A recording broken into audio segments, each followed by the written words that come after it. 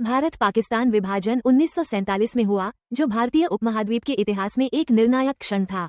इस घटना ने न केवल दो नए राष्ट्रों का गठन किया बल्कि लाखों लोगों की जिंदगी हमेशा के लिए बदल दी। विभाजन के पीछे कई ऐतिहासिक, सामाजिक और धार्मिक कारण थे, जिन्होंने इस घटना को जटिल और हृदयविदारक बना दिया। इस लेख में हम विभाजन के ऐतिहासिक संदर्भ, प्रमुख व्यक्तित्व और इसके प्रभावों को विस्तार से समझने की कोशिश करेंगे। साथ ही हम जानेंगे कि इस घटना ने आज के भारत और पाकिस्तान के संबंधों को कैसे आकार दिया। 19वीं सदी के अंत और 20वीं सदी की शुरुआत में भारतीय स्वतंत्रता आंदोलन तेज हो रहा था। भारतीय राष्ट्रीय कांग्रेस (ANC) के नेतृत्व में एकजुट होकर विभिन्न समुदायों ने ब्रिटिश साम्राज्य के खिलाफ संघर्ष किया। लेकिन राजनीतिक परिदृश्य में हिंदू और मुस्लिम समुदायों के बीच तनाव भी बढ़ रहा था। मुसलमानों को यह महसूस होने लगा कि कांग्रेस में उनकी पर्याप्त भागीदारी नहीं है और उनके हितों की अनदेखी की जा रही है। मोहम्मद अली जिन्ना, जो पहले भारतीय राष्ट्रीय कांग्रेस के सदस्य थे, बाद में मुस्लिम अधिकारों के मुखर प्रवक्ता बने। उन्होंने कांग्रेस की हिंदू केंद्रित नीतियों की आलोचना की और मुसलमानों के लिए एक अलग राजनीतिक पहचान की मांग की। उनकी यह सोच धीरे धीरे दो राष्ट्र सिद्धांत में बदल गई, जिसने मुस्लिमों के लिए एक अलग देश की नींव रखी। ब्रिटिश सरकार ने 1905 में प्रशासनिक कारणों से बंगाल का विभाजन किया।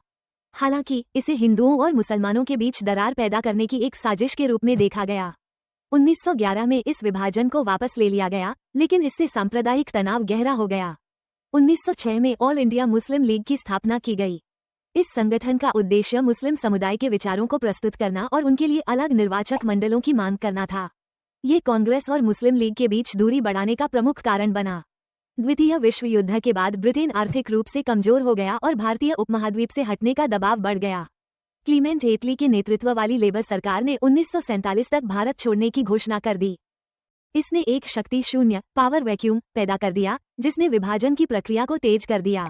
1946 के चुनावों में मुस्लिम लीग ने मुस्लिम बहुल क्षेत्रों में भारी जीत हासिल की। इस सफलता ने जिन्ना के नेतृत्व में मुस्लिम लीग की स्थिति को मजबूत किया और पाकिस्तान के लिए उनके दावे को और ठोस बनाया।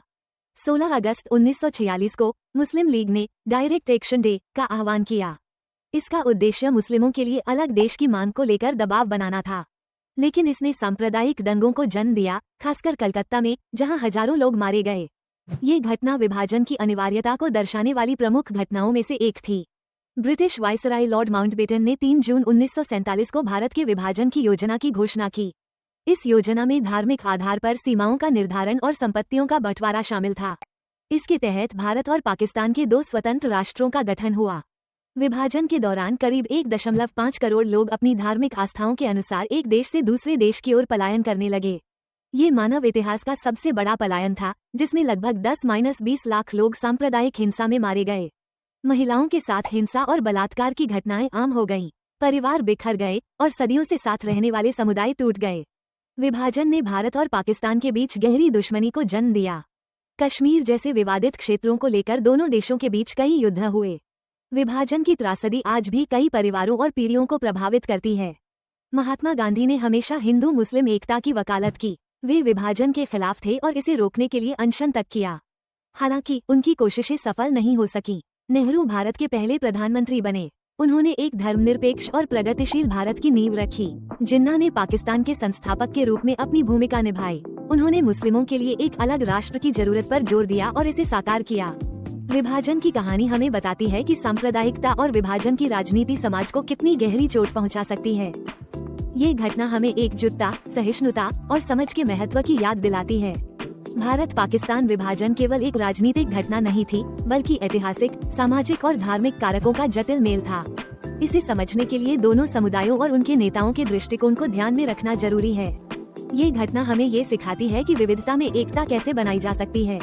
ऐसी और दिलचस्प कहानियों के लिए हमारे चैनल टेल्स एंड वंडर्स को सब्सक्राइब करें। इतिहास की इन अनकही बातों को जानने का मौका न गंवाएं।